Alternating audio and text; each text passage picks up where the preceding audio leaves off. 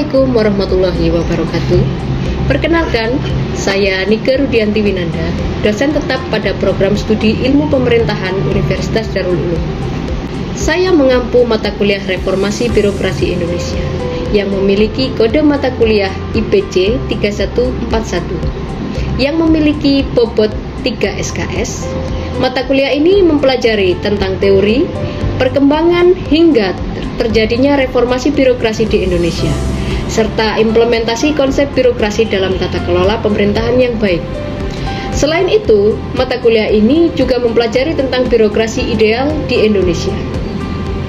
Adapun capaian pembelajaran lanjutan mata kuliah ini, yang pertama, menunjukkan sikap bertanggung jawab atas pekerjaan di bidang keahliannya secara mandiri. 2. Menguasai konsep-konsep dalam tata penyelenggaraan pemerintahan yang baik atau good governance. Yang ketiga, menguasai teknik manajemen pengelolaan pemerintahan dan aparatur birokrasi. Yang keempat, mampu menerapkan pemikiran logis, kritis, sistematis, dan inovatif dalam konteks pengembangan atau implementasi ilmu pengetahuan dan teknologi yang memperhatikan dan menerapkan nilai humaniora yang sesuai dengan bidang keahliannya. 5. Mampu menunjukkan kinerja mandiri, bermutu, dan terukur. 6. Mampu mendokumentasikan, menyimpan, mengamankan, dan menemukan kembali data untuk menjamin kesahihan dan mencegah plagiasi. Yang ketujuh, mampu menjadi penyelenggara pemerintahan yang memiliki kemampuan komunikasi yang baik guna mendukung proses pelayanan kepada masyarakat. Kemudian yang kedelapan, mampu mengelola administrasi pemerintahan maupun sektor publik secara efisien, efektif, dan akuntabel. Adapun capaian pembelajaran mata kuliah ini, mampu menunjukkan dan menerapkan konsep-konsep good governance serta mendokumentasikan, menyimpan, mengamankan, dan menemukan kembali data dalam mengelola administrasi penyelenggaraan pemerintahan yang memiliki kemampuan komunikasi yang baik guna mendukung proses pelayanan publik secara efisien, efektif, dan akuntabel dengan kinerja mandiri dan sikap bertanggung jawab. Adapun sub capaian pembelajaran mata kuliah, yang pertama, menjelaskan tentang konsep-konsep birokrasi. Kedua, menjelaskan konsep governance dalam birokrasi. Yang ketiga, menjelaskan tentang sumber daya aparatur birokrasi. Yang keempat, menjelaskan tentang reformasi birokrasi di Indonesia. Yang kelima, menjelaskan tentang pemanfaatan teknologi digital dalam birokrasi di Indonesia. Yang keenam, menjelaskan tentang desain birokrasi ideal di Indonesia. Dalam mata kuliah ini, materi pembelajaran yang akan dipelajari antara lain: 1. Pengertian dan konsep dasar birokrasi. 2. Konsep modern birokrasi. Yang ketiga, peran birokrasi dalam negara. Yang keempat, konsep governance. Yang kelima, aktor dan pola hubungan dalam governance. Yang keenam, partisipasi dalam governance. Yang ketujuh, patologi birokrasi. 8. Transparansi dan akuntabilitas. 9. Public trust, ethics, dan integritas dalam pemerintahan. Selanjutnya, pola perbaikan dan reformasi birokrasi. Strategi reformasi birokrasi dan kelembagaan pemerintahan. Quasi government. Pemanfaatan teknologi informasi dan komunikasi dalam governansi publik, birokrasi ideal di Indonesia, dan yang terakhir, perspektif global governance. Adapun metode pembelajaran yang digunakan, metode pembelajaran menggunakan ceramah, fokus group discussion, serta resitasi. Sedangkan model pembelajaran menggunakan problem based learning serta project based learning.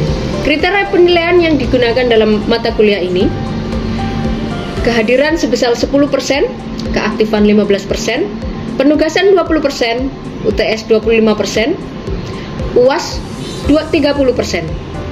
Selanjutnya, mari kita saksikan video pembelajaran di kelas.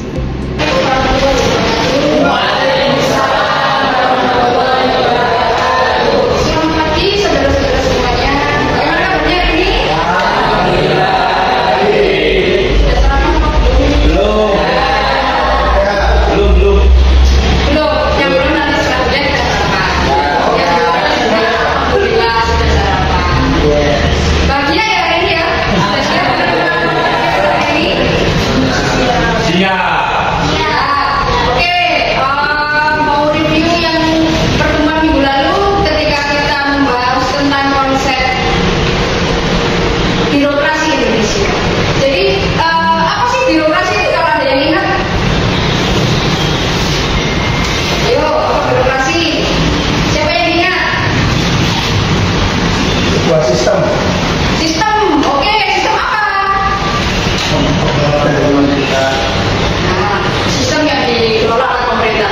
Oke, jadi birokrasi ini adalah seperangkat aturan yang dirancang untuk mempermudah dan meningkatkan efektivitas dan efisiensi bagi kita warga negara. Kalau kita berbicara tentang konteks birokrasi dalam itu ya, praksi ya. Hari ini kita akan membahas tentang governance. Konsep governance. Teman-teman di sini pernah dengar nggak good governance? Sudah? Pernah dengar governance? Apa governance itu? Ada yang tahu nggak?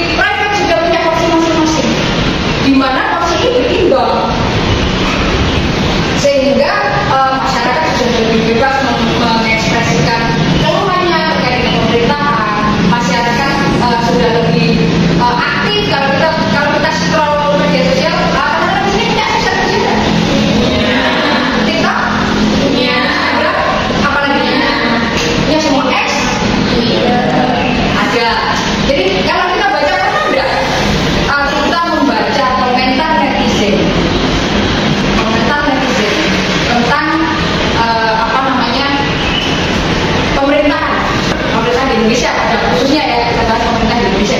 Pernah nggak membaca tentang kritik netizen terhadap pemerintah? Sering. Apa tanggapannya terhadap kritik? Di sini kan kita bisa melihat bahwa di situ masyarakat publik di sini punya peran. Apa komentar di sini? Terkait jalannya pemerintahan kemudian dikritik atau dikomentari oleh masyarakat. Ada yang berani berpendapat?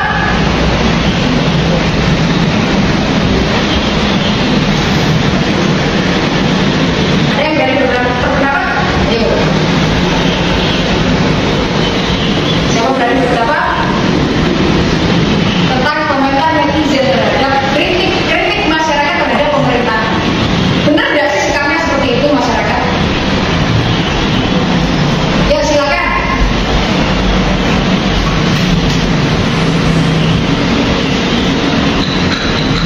Ya silakan.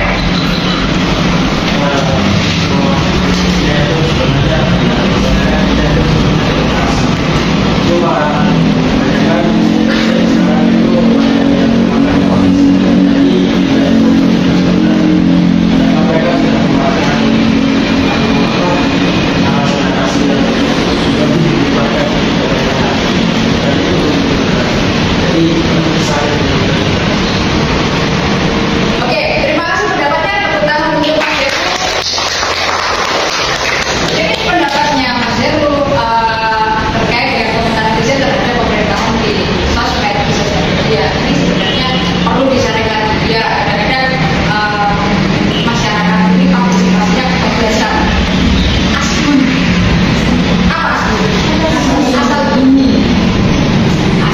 Cuma ini posisi apa namanya posisi masyarakat di sini ini sedikit banyak membawa arah terhadap perubahan pemerintahan, sehingga di sini aspirasi masyarakat ini dimulai dengan kalau dulu ketika kita berbicara tentang good government, ketika kita mau bicarakan good government, di sini good government itu kan pemerintah seolah-olah anti kritik. Sama dulu ketika kita kembali pada masa Orde Baru, di mana ketika masyarakat berkomentar atau menyuarakan kritiknya, ini tidak didengar, dianggap melawan pemerintah. Sekarang pendapat masyarakat lebih didengar. Lantas sebagai mahasiswa, tanya selanjutnya, sebagai mahasiswa ini kan bagian dari publik, bagian dari masyarakat. Apakah bisa mahasiswa ini ikut menentukan arah kebijakan pemerintahan? Kira-kira bisa atau tidak? Bisa. Kenapa bisa? Di mana kontribusinya mahasiswa?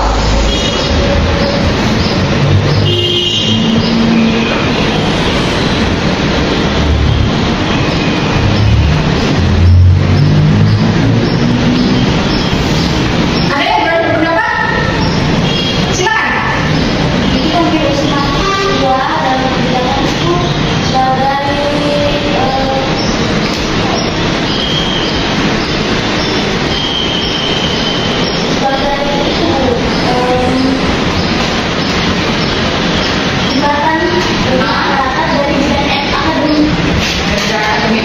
Baik, tepuk tangan untuk Mbak Tifa. Jawabannya bagus. Jadi di sini mahasiswa merupakan bagian dari masyarakat.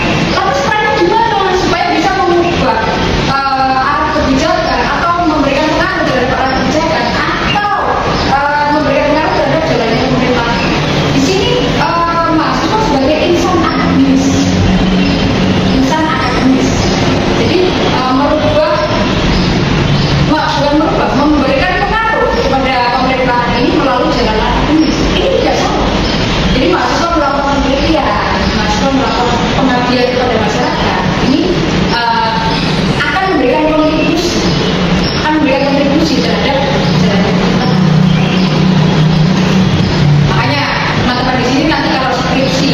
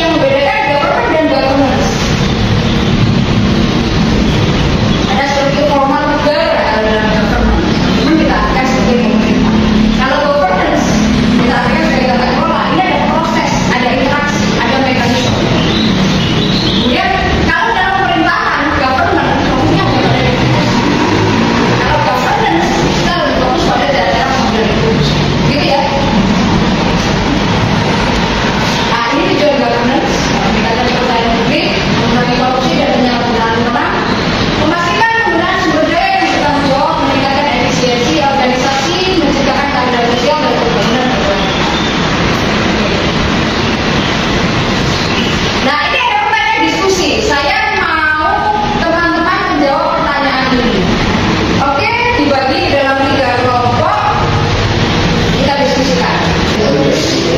Oke, cukup ya? Cukup ya waktu diskusinya ya? Oke. Jadi dari kelompok 1, apakah bisa membantu saya untuk menjawab pertanyaan pertama? Apakah tata kelola pemerintahan di Indonesia saat ini sudah mencerminkan prinsip good governance? Berikan contohnya. Kelompok 1 bagaimana?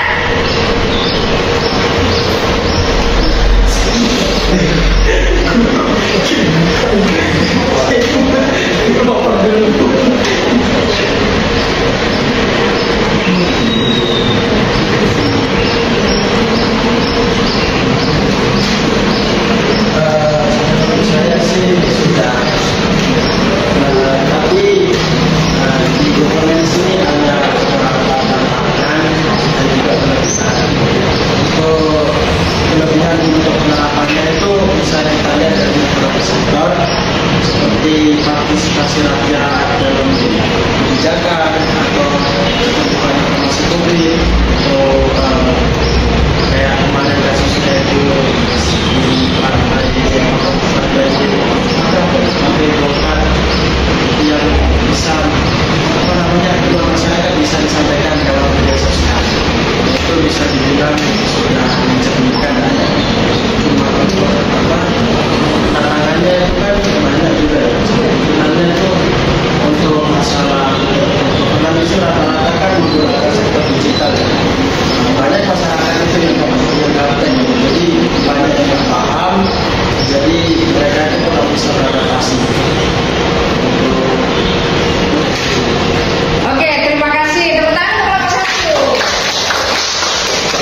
Ya, diskusi yang menarik. Jadi, apakah tata kelola pemerintahan di Indonesia saat ini sudah mencerminkan prinsip good governance? Jadi, menurut pendapatnya kelompok 1, prinsip good governance ini sudah diterapkan, hanya saja masih ada yang perlu dibenahi, belum berjalan secara maksimal, sehingga masih banyak di beberapa sisi masih perlu dibenahi. Gitu ya? Oke, kelompok 2 bisa membantu saya menjawab pertanyaan nomor 2, bagaimana keterlibatan masyarakat dalam upaya memperkuat governance. Kelompok 2 bagaimana? Ya, silakan. Dengan kita sudah ada partisipasi aktif dalam mengawasi bagaimana kebijakan-kebijakan pemerintah itu, dan juga kita akan melakukan kritik serta tidak merupakan rekomendasi dari pemerintah yang kita Baik, tepuk tangan untuk jawaban yang kedua. Terima kasih, jawaban yang bagus. Jadi, menurut pendapatnya kelompok 2, bagaimana keterlibatan masyarakat dalam memperkuat governance? Ya, itu tadi. Masyarakat ini mempunyai peran untuk mengawasi jalannya kebijakan publik atau pemerintahan, sehingga dapat memberikan pengaruh terhadap jalannya pemerintahan. Itu ya kurang lebih kelompok 2. Terima kasih, jawaban yang bagus. Jawaban terakhir, bagaimana peran lembaga anti korupsi dalam memperkuat tata kelola pemerintahan? Silakan, ini bisa dibagi oleh kelompok 3. Ya, silakan Bang. Terima kasih untuk mewakili diskusi dari kelompok 3. Bagaimana sih peran lembaga anti korupsi, yaitu hasil dari diskusi kita. Peran lembaga anti korupsi yaitu KPK memiliki mewujudkan tata kelola pemerintahan yang bersih, transparan dan akuntabel di sini, yaitu melalui penegakan hukum yang tegas. Yang kedua, pencegahan sistemik, yang dimana melakukan kajian-kajian dan rekomendasi terhadap sistem pengadaan barang, jasa, pelayanan publik dan sektor yang dimana tentang korupsi. Ketiga, mengedukasi dan perubahan budaya. Yang keempat, koordinasi dan sinergi lintas lembaga, dan yang terakhir memperkuat kepercayaan dan investasi. Ya,